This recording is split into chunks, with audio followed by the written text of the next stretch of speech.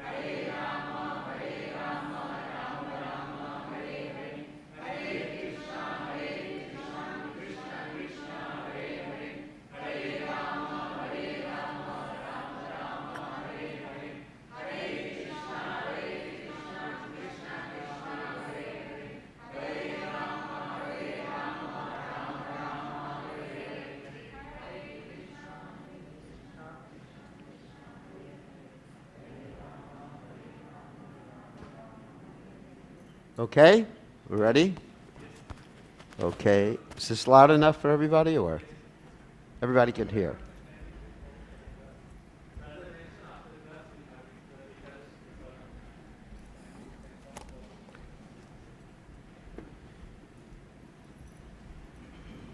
Okay.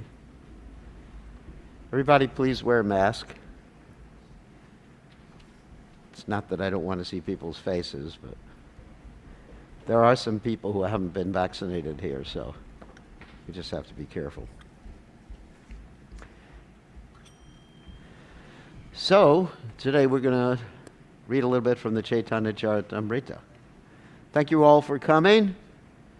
It's a very nice day today.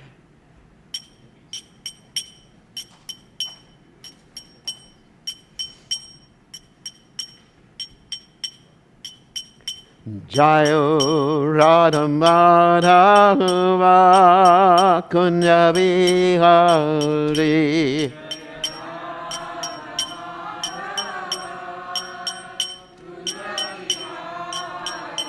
Jayo Radha Madhava Kunya Bihari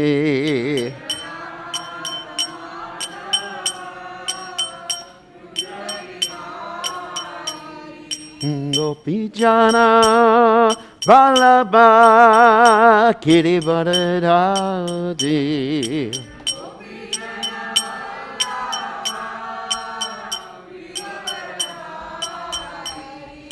Gopijana Vallabha Kirivardhari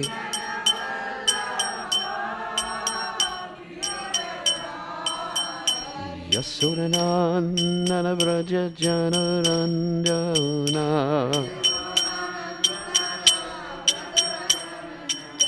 Yasodanandana Vraja Janaranjana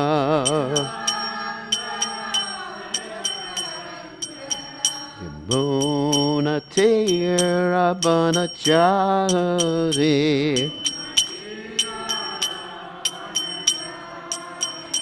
Yamuna Tera Manachari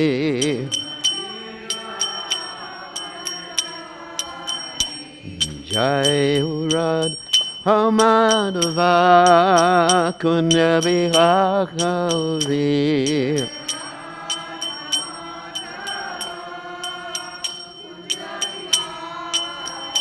Jai Urad Madhava Kunda Bihari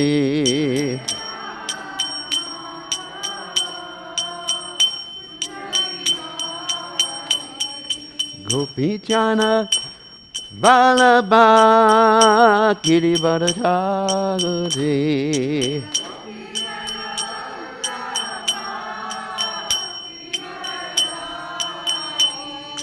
Gopijana Vallabha Kirivardhari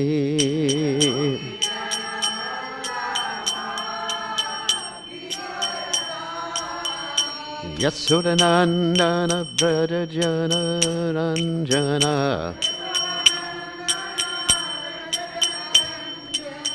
Sodanana Parajachana Ranjana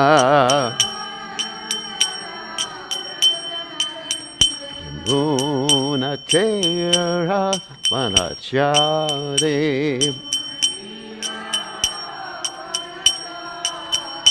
Yamunatera Manachari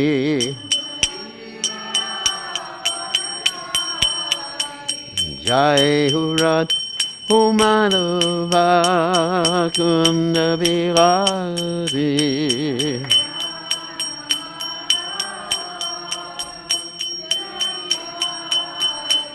Jai Hurat Humadava Kunda Bihari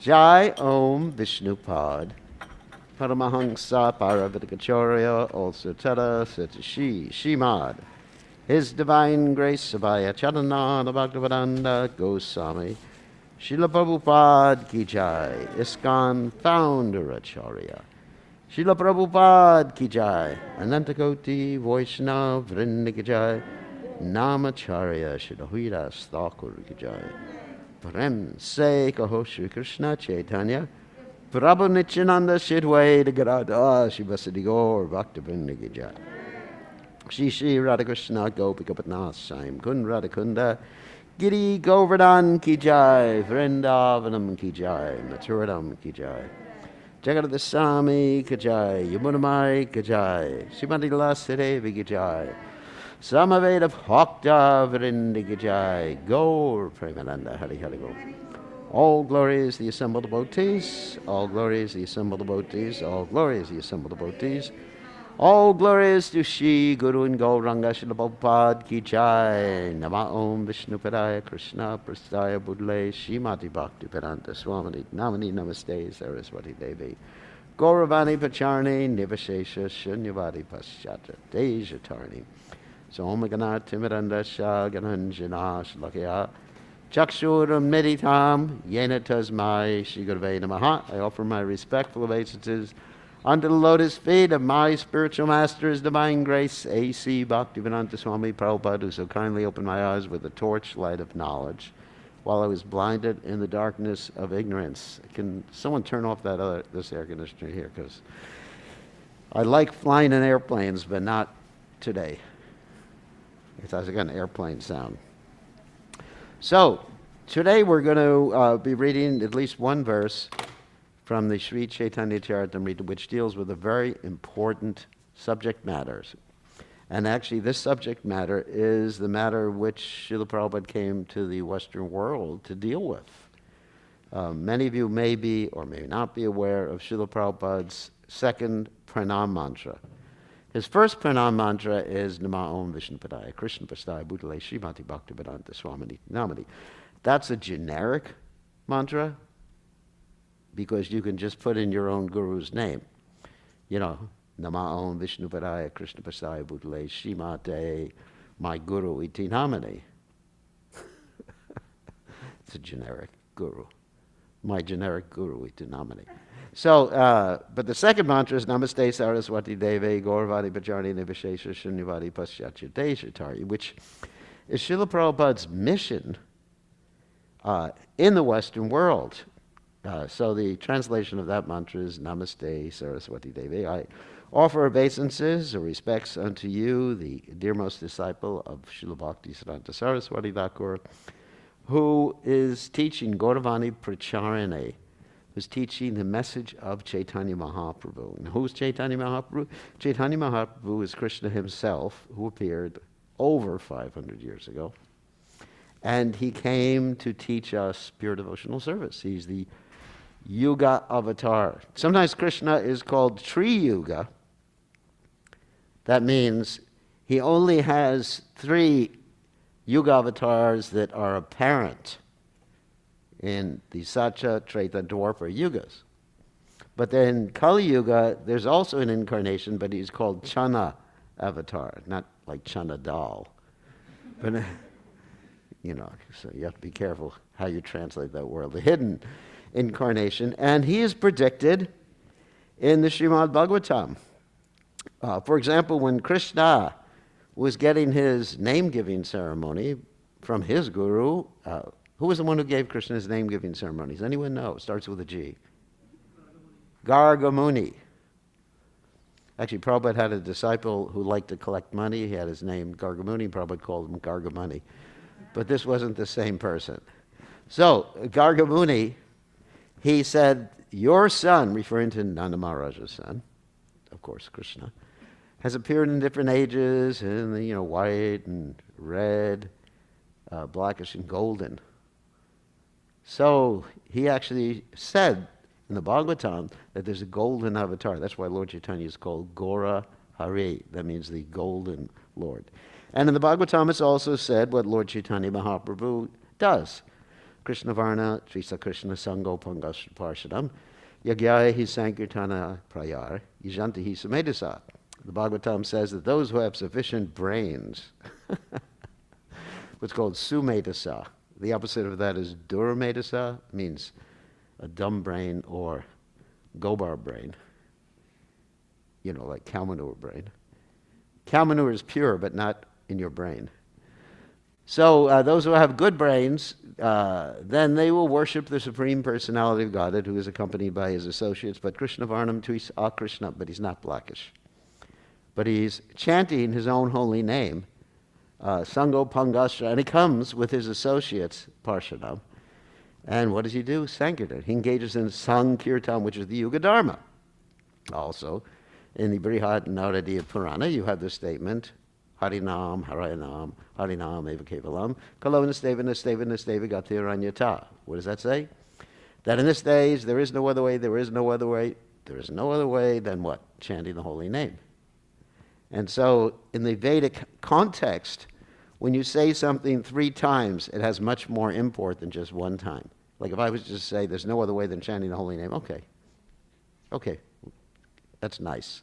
But if I say it 3 times, Kalo Nashteva, Nashteva, Nashteva, in this age of Kali, there is no other way than chanting the Lord's holy names, Harinam, Harinam, Harinam, Eva Kevalam. Another word is Eva Kevalam, that's the one way. And of course, this is non-denominational. So anyway, so Gauravani Bacharani. So the message of Lord Chaitanya was carried by by Srila Prabhupada, but specifically he was empowered to speak about or defeat people who are impersonalists and voidists. Gauravani Bacharani. Nirvishesha Shunyavadi Paschatyateja Tardi. And that's very interesting. Nirvishesha Shunyavadi. Okay. So Nirvishesha refers to people who understand that ultimately there's just one Brahman without distinction or qualities, Nirvishesha. And Shunyavadi means everything is void. That's like what some people misunderstand as Buddhism, voidism. Everything is nothing. Ultimately there's nothing. Nothing is real. Strawberry fields forever. But nothing is real and whatever. You're just an illusion. But who you are, you're not, I'm not, he's not, she's not, the room's not, nothing not. And therefore, you try to hear the sound of one hand clapping to try to understand that. It's kind of difficult, isn't it? So anyway, there's many different types of Buddhism. I'm not even attempting to talk about Buddhism tonight. But there's this voidism, which pervades not only the Western world, but also India, impersonalism. Because in India, you have the followers of a great personality named Shankaracharya. Some of you may have heard about him before. And he is an incarnation of Lord Shiva. And he preached Nirvishesha. He preached impersonalism. Wow. So why would he preach impersonalism?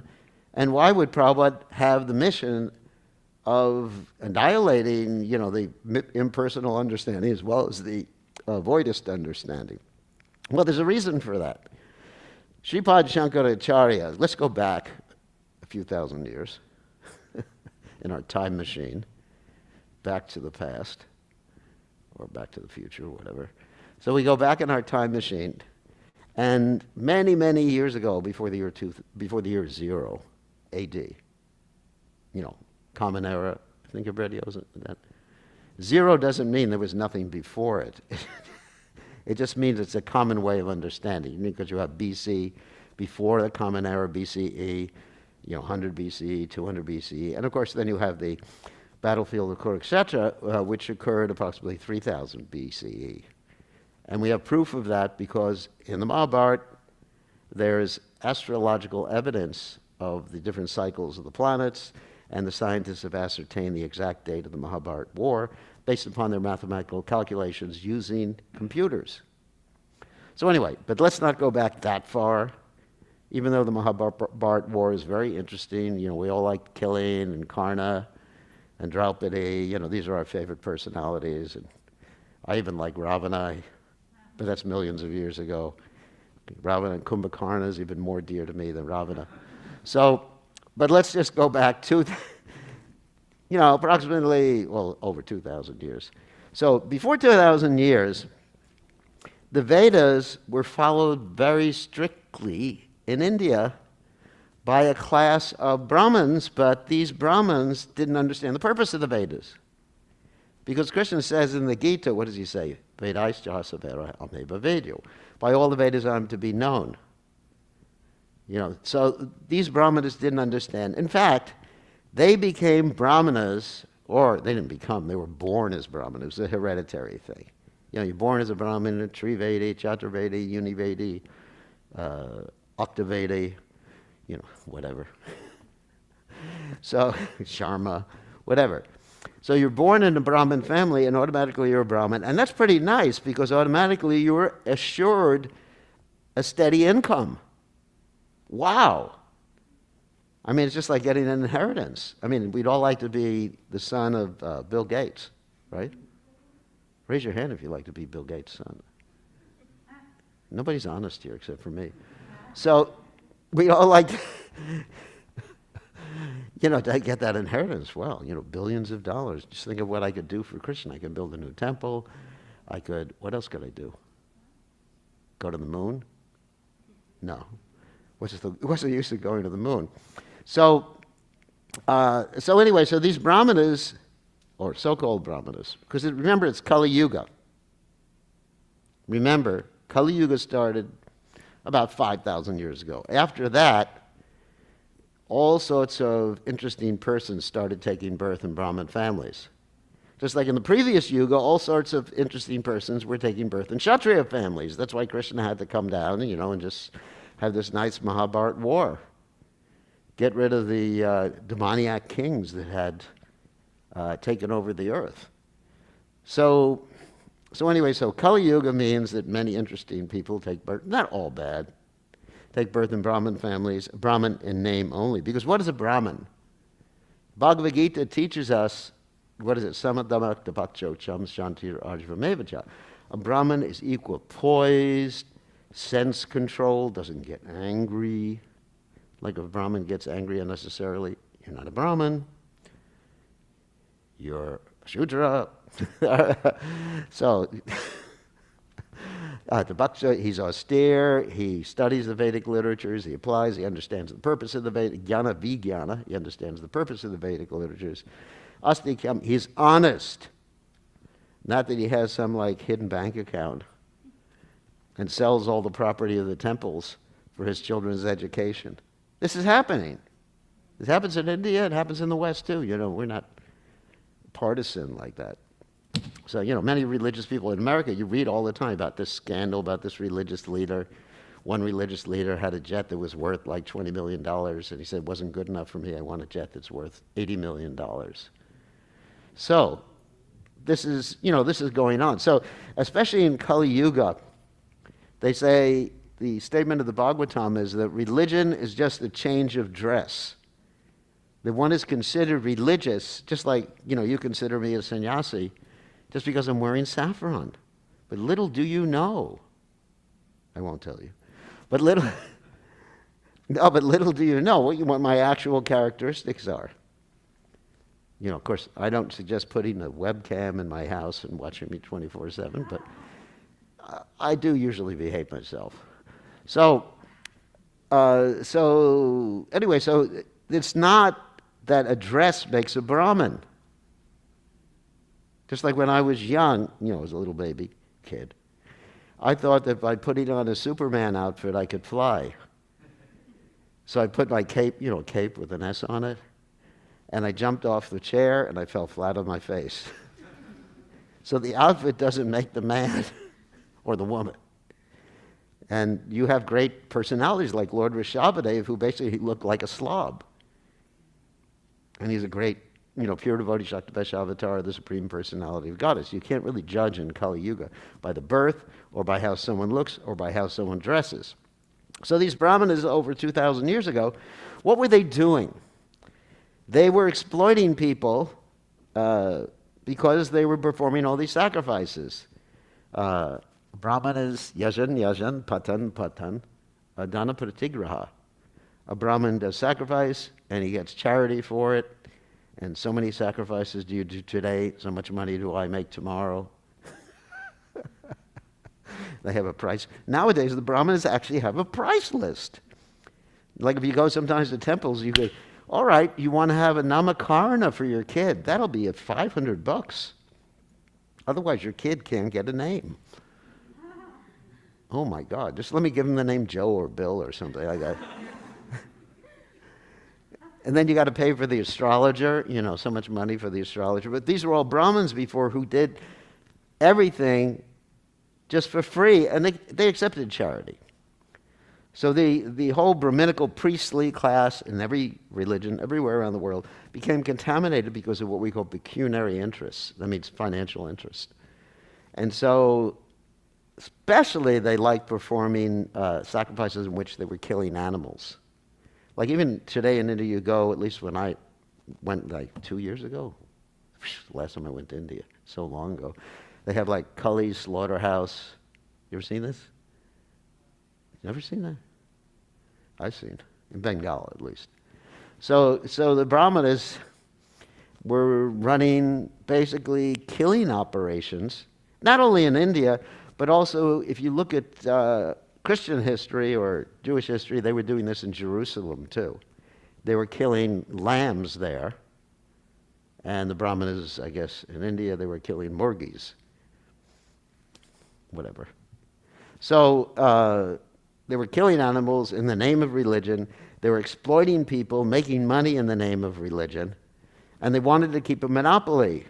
In other words, keep the supply of Brahmanas down so no one else could become a Brahmin unless they were born in a Brahmin family. So they keep the price. Law of supply and demand, then price goes up if you keep the supply down. That's called monopoly.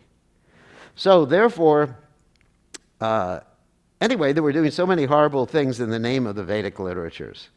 So Shankaracharya had the duty to take them away from the Vedic literatures. Buddha, sorry, got it wrong.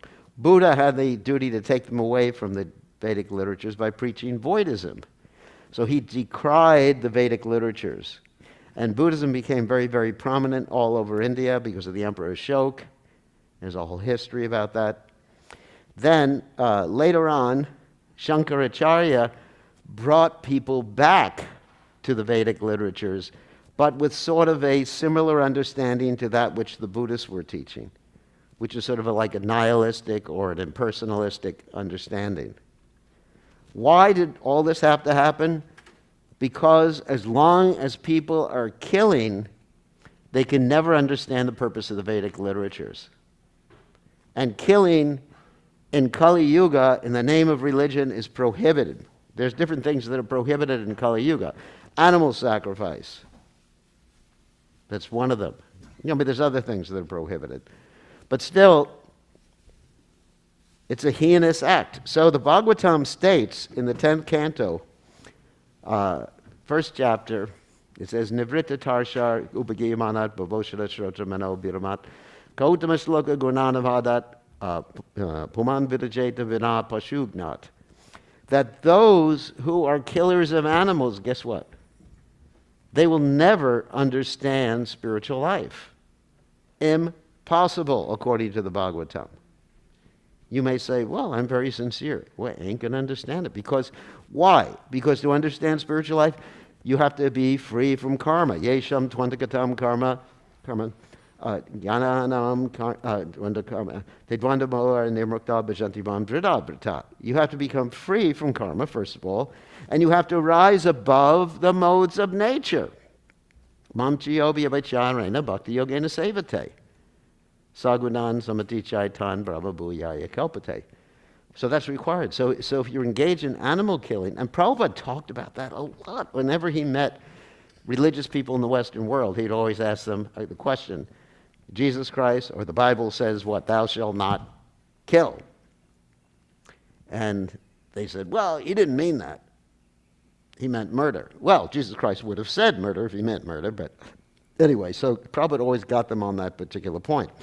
So therefore, Shankaracharya had to bring them back to the Vedas, whereas Buddha took them away from meat eating and killing, because Buddha's doctrine, one of his main doctrines, apart from the Four Noble Truths and the Eightfold Path, was ahimsa. Ahimsa paramo dharma. Like if you look at the history with Emperor Ashoka, Emperor Ashoka went, before he became a Buddhist, we're going back and forth in time a little here, he engaged in battles where there was horrendous killing. And when he saw the cruelty, he decided to give it up. And so then he took shelter of Buddhism, and therefore Buddhism was spread all over. So it was very important to get people to stop eating meat. And then Shankaracharya comes, and he says, well, come back to the Vedas halfway. Because at least you're accepting the Vedas, and you're not eating meat now. And so I'm going to give you an interpretation that's not really too much different than Buddhism by indirectly interpreting the Vedas. Now, when you have these Vedic, what do I mean by Vedas? You have the four original Vedas, Yajur, Samad, Atharva, Rig Veda, sorry. And you also, then you have the Itihasa Purana, you have the Upanishads, you have the Vedanta Sutras, and then you have Itihasa Purananam Panchama Veda Uchate. So that's what we mean by Veda. But the actual word Veda means knowledge, and Vedanta means the conclusion or the ultimate understanding of knowledge. So, therefore, in order to bring people back to the Vedas, he couldn't give them everything. They weren't ready for it. So he taught a covered Buddhism. Now we're talking now not about the common people in India, we're talking about the intellectuals. Not because India has an amazing history of intellectual spiritualism. Much more than any other place in the world. We should be proud of India. Everyone should be proud if they're coming from India. Because if you look, let's get a little technical about philosophy. If you look at, let's say, any other scripture other than the Vedic scriptures, you will not find something called epistemology there. That's a fancy word. Which means, how do you know what you know? Like, I can talk to anybody of any religion and convince them they don't know anything. How do I do that? I just ask them, how do you know what you know? And they say, well, my mother taught me. Is that perfect?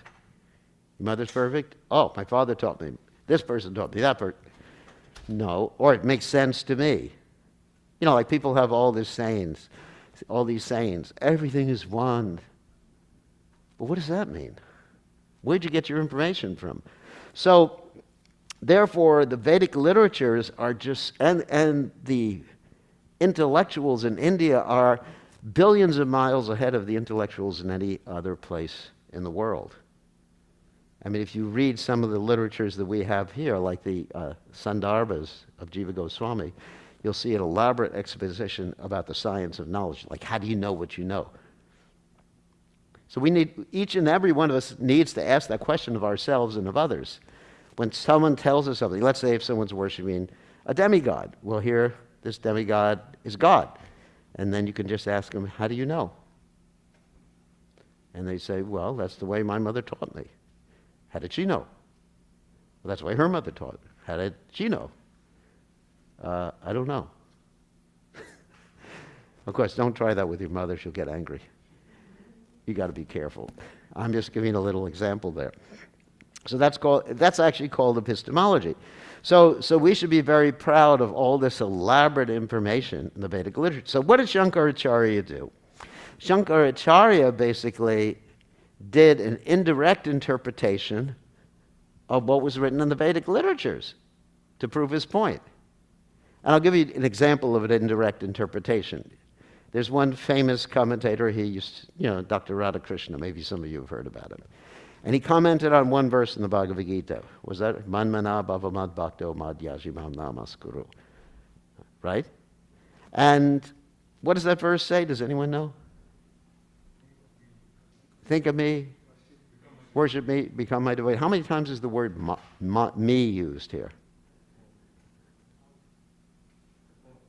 More than that. Manmana Bhavamad Bhakto Madhyajimam Namaskuru. Mami Vashasi Sachamte Pratijane Priyo Si Me. I think it's about 8 times, 7 or 8 times in that verse. So if I ask something of you, and I say, I'm really hungry, can you bring me some prasadam, bring it to my house, and knock on my door, and you say, that's not really what you mean, then I would say you are a rascal. So this commentator, forgive me, I'm not calling him a rascal, he's very intelligent, that's up to you to decide. This commentator, when he said, or commented on this verse, Manmana Bhavavan Bhakto Madhyajimam Namaskuru, he said it's not to Krishna, Krishna's not referring to himself, he's referring to the unborn beginningless within himself. Wow, what does that mean? I have no idea. So he's taking an indirect meaning to prove something.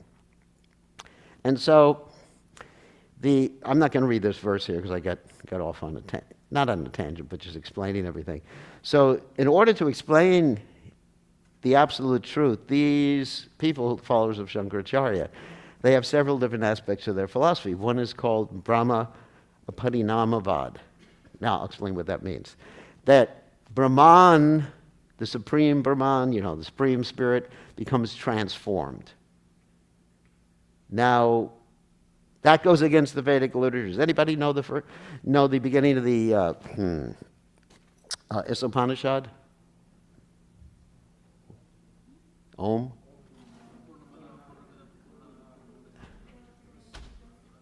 What does it say? Translation.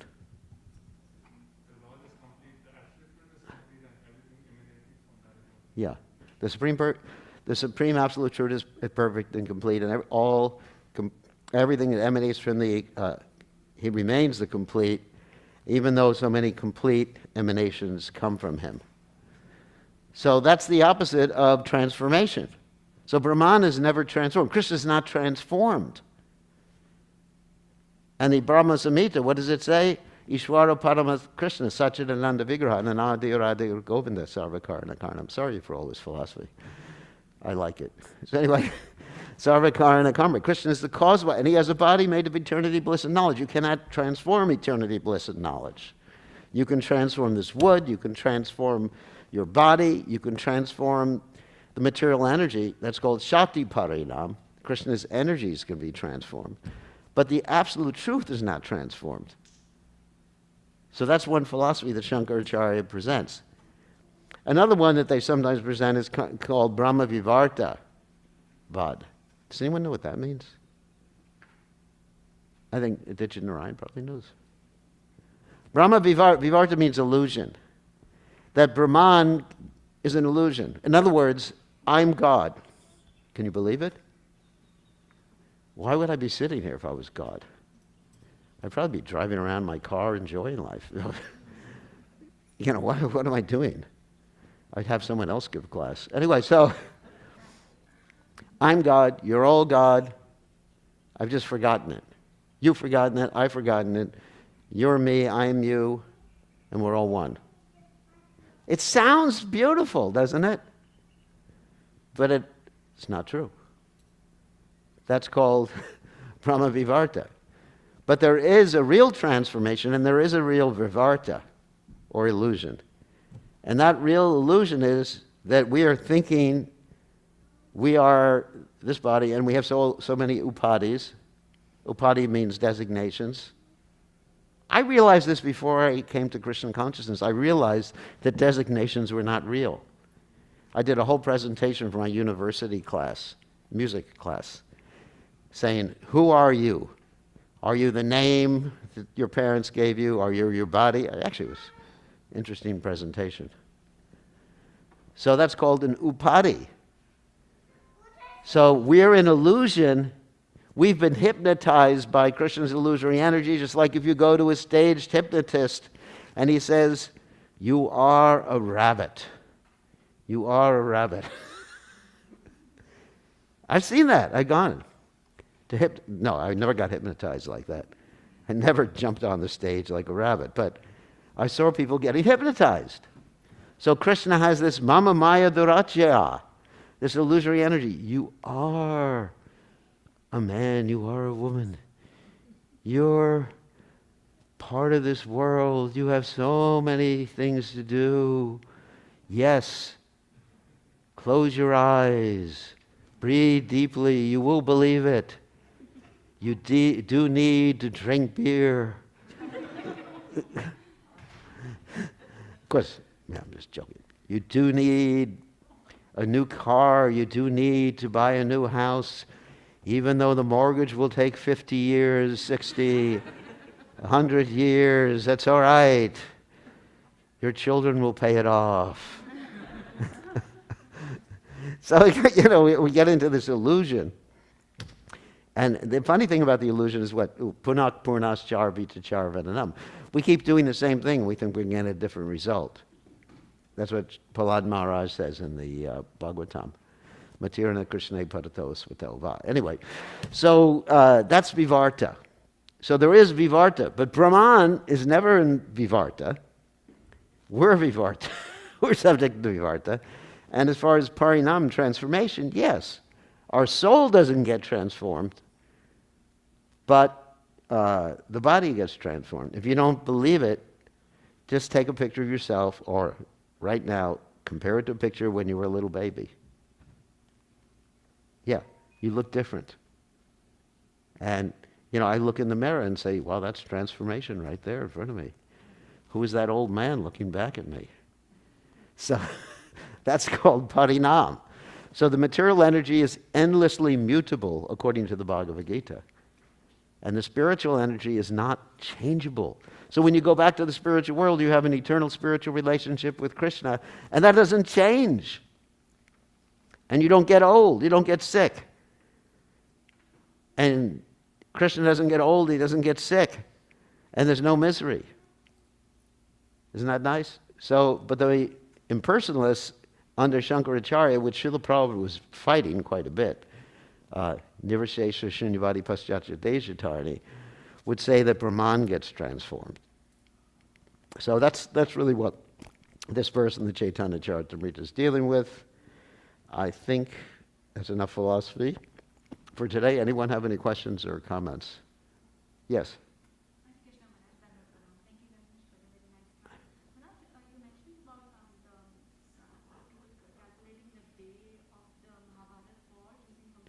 Yes. There's eclipses. There's phenomena in the stars that are mentioned in the Mahabharat.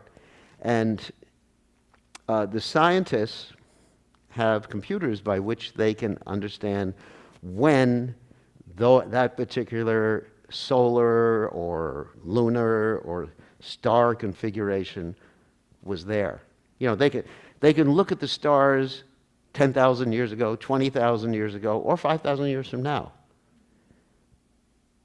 It's quite an easy thing with a computer to do that. The primary stars. Of course, they can't predict all these different little objects in space that are going to collide with the Earth and destroy all of us one day, maybe. But at least the major stars, the eclipses, because of the Mahabharat, it describes a particular eclipse. I mean, of course, you have the one eclipse, the solar eclipse, where Krishna and the gopis met at Kurukshetra. So we can actually pin down that particular date. It's really interesting. So people question the dating of the Mahabharat. Well, we have scientific evidence concerning the dating. Because the material energy, at least the way Krishna set it up, works as a machine, yantra. It's a machine. So you can actually predict, like I can tell you when the next eclipse is going to be here. You shouldn't look at the eclipse because that's considered inauspicious. I just had to tell a lot of my disciples in India, don't go outside to look at the eclipse. It's all you need. Even there's that story when Krishna looked at the moon on Ganesh Chaturdasi, then he lost his reputation. You know the story? It's an interesting story in the Puranas. You're not supposed to look at the moon on Ganesh Chaturdasi. So Krishna saw a reflection of the moon on Ganesh Chaturdasi, and then people started criticizing him for stealing the Shamantaka jewel. And he had to actually get back his reputation by getting the jewel back. It's a really interesting story. So yes, I hope that answers the question. It actually has been done in India and in other places, ascertaining the exact date of the Mahabharat war. It's not just someone's speculation. It's scientific evidence of when the war took place. I mean, why else would it be described like that? I mean, they didn't have those computers 2,000 years ago in India, or when the Mahabharat was written down. So why? How would they know? All right. So yes. I thought after we start chanting Hare Krishna, we don't get the influences or affected. Depends on how well you chant Hare Krishna. It's a quality. Yeah, we should still be careful about dealing with the stars. I mean, you can chant Hare Krishna and jump from a balcony and you're still going to... But if you're Prahlad Maharaj, then you can have your father throw you off a balcony and then you'll survive. I mean, I gave the example the other week, that I was praying very hard to Lord Nrsingadev when the police pulled behind me because I was speeding. But I'm not Prahlad Maharaj. I say, Namaste Narasingaya Palada Lada Dayane Hiranyakashipu Lakshaha. Please, Lord Nrsingadev, save me, save me, save me. And the policeman came up and said, do you know you've been going 24 miles over the speed limit? And I said, Hare Krishna. And he said, it doesn't matter. Here's your ticket. So instead of taking shelter of Lord Nrsingadev, I took shelter of my lawyer, who got me off. Anyway, so if you're a pure devotee, Lord Nrsingadev will take care of your tickets. But if you're not, go to your lawyer. Anyway, don't try to take service from God. Try to serve God. We do pray to God for protection, but we should also wear a seatbelt, because God has given us a seatbelt to wear. All right, any other questions? I know it's kind of hot in here, and I'm sorry that I had the air conditioner turned off, but it's hard for me to hear myself think if the air conditioner is on. So thank you very much, and there'll be what next? Okay, there'll be some announcements. We can turn the air conditioner back on to alleviate threefold miseries. All glories to Srila Prabhupada ki jai.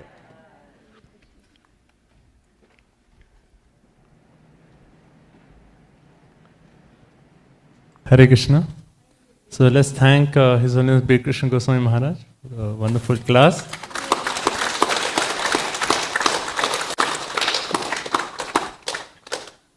So as I mentioned earlier, we are observing the Ekadashi Vrat today. Today is Mahadvadashi. So we don't have a sponsor this evening for the feast. So if anyone would like to sponsor, it's a very auspicious day to make a donation for the pleasure of their lordships. So if you'd like to sponsor, please let us know. Also coming up on the calendar on 28th of June is actually we'll be celebrating our Pani Hati festival. So I think many of you know this, like one of the very fun, exciting festivals of the year.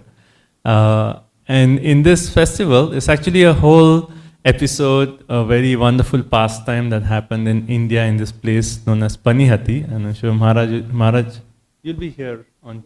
Yeah. So Maharaj will be explaining that entire pastime. But the essence of the pastime is by serving the Vaishnavas, we actually receive the mercy of their lordships. So we encourage everyone, so what we do on that day is like we have these beautiful painted pots. And then in that pots we fill like very special prasadam, which is very unique to this festival. And then we'll distribute the pots. So we encourage anyone who's like good at painting or, you just have the interest to get a pot from, Walmart, Home Depot, and it could be like different sizes, and you can paint the pot and you can bring it on that day. And please come earlier. The festival will start from 4 p.m. onwards. But if you come by 2 p.m., then we can decorate the pot, fill it with wonderful prasadam, and then we'll distribute. So it's still like 2 weeks for this. So please, if you need some ideas of like what to paint and things like that, please let us know. You can contact me and I can share. We have like a whole database of images that you could use to paint the pots. But it's all of you bringing these pots, and then we have a wonderful festival. So please consider painting pots, and if you need more information, please get in touch with me. So again, please mark the date, 28th of June. And also on that day, if you like to bring any offerings for their lordships, like sweets or different savories, and we'll use that to decorate the pots. Okay. And also on that day, if you like to come early from 2 to 4, we'll be actually setting up and decorating all the pots. So you can also come early and help us with that part. Okay. So please mark the calendar, and if you like to paint a pot, please do let us know. And if you need any ideas, please contact us. Okay. So that's the Pani hati festival. So 28th of June. And also, I have an announcement. So this summer, we'll be having an online summer camp for children. And the title is Life Lessons from Gita and Bhagavata. And so there are going to be 2 age groups in this, from age 4 to 7 years. And the second batch will be from 8 to 13 years. Okay, and this is going to be online, and the final session is going to have a field trip to our farm where we have cows. So it'll be a wonderful, but it's 6 weeks, the summer camp, so 18 sessions. So every Monday, Wednesday, and Friday, it's from 4 to 5. And it's going to be very interactive with a lot of like learning shlokas. It'll give you an overview of Bhagavad Gita. And it's going to focus on lessons that the children can remember all through their lives. So there'll be lots of stories and discussions and lessons from the stories. And there'll be games, activities, bhajans, presentations, projects. So it's going to be very, very interactive, and it'll be really nice for the children to join in and learn Krishna consciousness in a very fun and interactive way. Okay? So it's going to start on 21st of June. Okay, so it's a short time. So if you'd like to register, please contact me, and I can give you more details about this. And also the information has already been sent out on our groups. So if you need more information for this online children camp, please do let us know. Okay, so 28th of June is a Pani hati festival. You can paint a pot for that. And then 21st, the summer camp starts online. So if you'd like to register for that. Okay. So that's the announcements, and also we'd like to thank the devotees who cooked this evening. We have Srinivas Prabhu, Nandini Mataji and their family. We have Vivek, who's been coming almost every week to help us. He's sitting right there. And Kalindi Mataji, who's very committed to come and cook every week. And Gayatri here. So thank you. It's always a nice service. It's always a nice service to come earlier and help in the kitchen, and you can cook for their lordship. So if you'd like to help with the seva, you can again let us know, and we can schedule you for one of the Sundays. Okay. So thank you so much. So now we'll have prasadam downstairs, and since today is Ekadashi, we encourage everyone, you can come back, sing more bhajans, kirtans for their lordships, or chant more japa. Ekadashi is a day like we increase our seva, our sadhana for the pleasure of their lordships. Okay. So thank you all so much. So we'll have prasadam now. We can chant the prasadam prayers. Mahaprasade Govinde Nama Brahmani Vaishnave